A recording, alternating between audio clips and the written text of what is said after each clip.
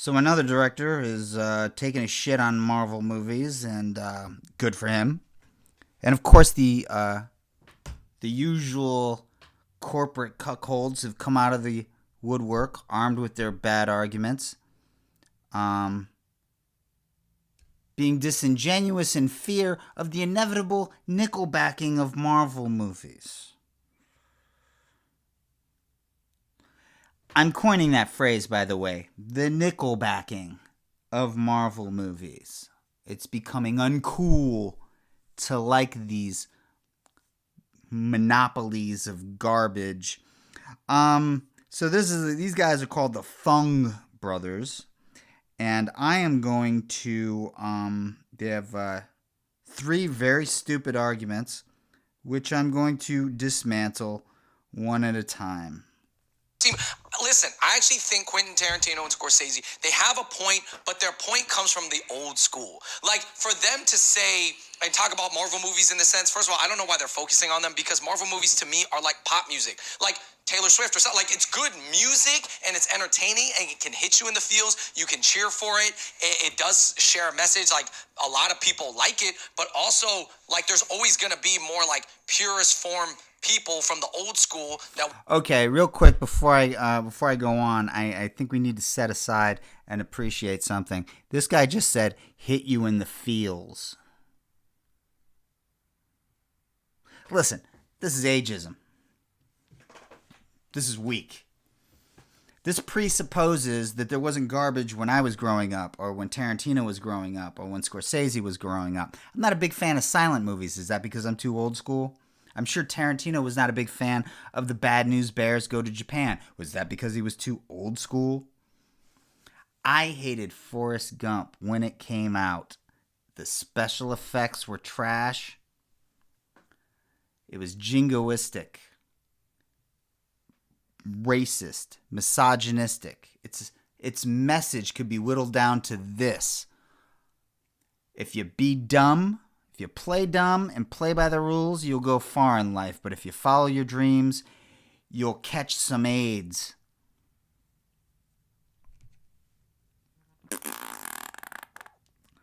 Yeah, it ain't got nothing to do with old school. If it did, then people like Tarantino and Scorsese wouldn't still be pumping out new ideas and new shit, while these fucking motherfuckers' movies are just recycling the same dumb plot over and over and over again. Like, Jesus, I'm too old to understand Marvel movies. What's to understand? A dude dressed like in a child's Halloween costume is punching another dude dressed in a child's Halloween costume. You've got empty cardboard dialogue sandwiched in between explosions. Ooh, it's so complex. I need a young, sharp brain to follow it. I read Scorsese's response opinion on New York Times from 2019 when he tried to clear up his comments about Marvel movies. And he was like, well, cinema is about the unexpected. And I was like, well, you know what is unexpected? Is seeing an Asian superhero. Or what is unexpected is seeing these stories of Miss Marvel, right? The girl from Jersey, the Black Panther 1 and 2. And I'm just saying, like, these are technically unexpected. But what you're talking about, I guess, is a more like societal unexpected versus like the plot line of the movie, right? Yeah, and obviously I support. Yeah. That's right. I can't debunk Scorsese's points, so I'm just going to change the subject to a conversation that no one's actually having. Nobody said anything about diversity. Tarantino said that this is the worst decade in movies since the 80s, which was the worst decade in movies since the 50s. Were the 50s all that diverse? Were the 80s? Here's what's unexpected. I mean, first of all, the idea that something can't be racially diverse and artistically diverse, the idea that that's mutually exclusive is absurd. And in fact, you can have a lot of diverse faces in front of the camera, but what good does it do if their voices are silenced? in these cookie cutter, this forest of trash. Here's the thing. This is the last refuge of the neoliberal. Identity politics. We need a more diverse set of CEOs to oppress us. It's okay if some company's using slave labor overseas. Our CEO is a woman. These guys, race was invented to justify slavery. Now they're using race as a justification for their shitty fucking movies. That's insulting. Here's something that's unexpected. Sidney Poitier slapping a white man in 1967. That was unexpected. You want to talk about Asian superheroes? You ever heard of Bruce Lee? Want a black female superhero? Pam Grier. There's a podcast about her right now. Check it out. It's very interesting. Here's what's unexpected. Spike Lee tossing a trash can through a pane glass window at the end of Do the Right Thing. Here's something even more this is something way far more unexpected. The movie about Malcolm X, starring Denzel Washington. Spoiler alert, Malcolm X gets assassinated. But at the end of the movie, Denzel, just before he's shot, when he sees the gun, he gives a smirk. That was unexpected. I'll tell you something. The last time I was surprised seeing a superhero movie, I went to go see Batman. The one with Robert Pattinson. I'm a Robert Pattinson fan, I guess. I like his taste. So I trusted his taste, so I went to go see it. I was not expecting for it to be essentially a remake of Seven. Of course, it did not have as sharp of an ending, a surprise ending like Seven did. It had a muddled, confused ending. But it's still pretty good except for one problem. One major problem that I think most of these movies share.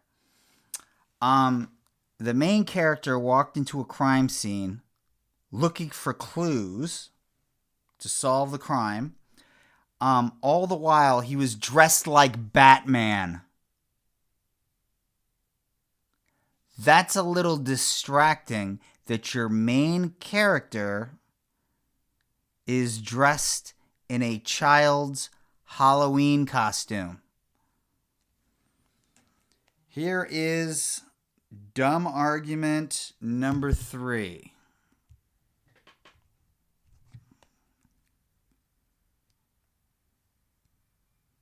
Okay, here's dumb argument number 3. Well, you know what, guys? The numbers say what it is, guys. I mean, Shang-Chi didn't even have all... You mean the numbers don't lie? These guys have have a very difficult time formulating sentences. The numbers don't lie. Now, I think you said Shang-Chi. I don't know. I don't know what this movie is. I've never heard of it. Didn't know it existed. But I can't remember what it's called. So let's just call it Superhero Movie 211A. I looked it up. The numbers don't lie. $200 million investment, $400 million profit. It doubled its money. Okay. Could have went to Vegas and bet on red or black, but whatever. Taxi Driver. An actual work of art. A masterpiece. And the investment was slightly under $2 million. The investment was $2 million. The profit was $28 million. That's a 14 times its investment.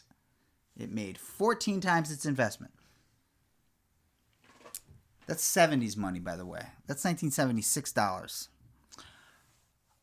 Pulp Fiction came out in 1994. $4 million investment. It made about 26 times its investment. You know, these guys will say that they think that they can settle this argument by talking about money, about art as commerce. But if they were to find out that a painting of a Campbell's soup can made about $11 million, they would piss their pants and start talking about how art is a con. You know it. I've heard it a million times. So that's bullshit. But they kind of just owned themselves, didn't they? Because they're kind of admitting that Marvel movies are simply a business and nothing more. They are disposable. These films are disposable. Literal trash. You will watch them once and you will throw them away and forget them. The reason why a movie like Taxi Driver or The Godfather 2 or, I don't know, Lost in Translation, these movies last long. They are a long-term investment. Even if they don't make much of a profit this week, they will 20 years from now. They'll last for the next 100 years or however long the human race lasts. But that's not really why we make movies. It's not really why we make any kind of art. We make this to reflect society. This is going to sound corny, but bear with me. Reflect society, communicate ideas to one another, express our emotions and our interpretations of our environment, and to communicate with the rest of the world, to represent ourselves through culture, the best of us through culture. I mean, every other country in this world hates this country almost as much as the people who live in it. But they love our movies, they love our music, and we love their movies, and we love their music. This is how it works. This is why we set aside tax dollars to fund art that is not expected to make a big profit. And also we make movies so that we can see titties and guns.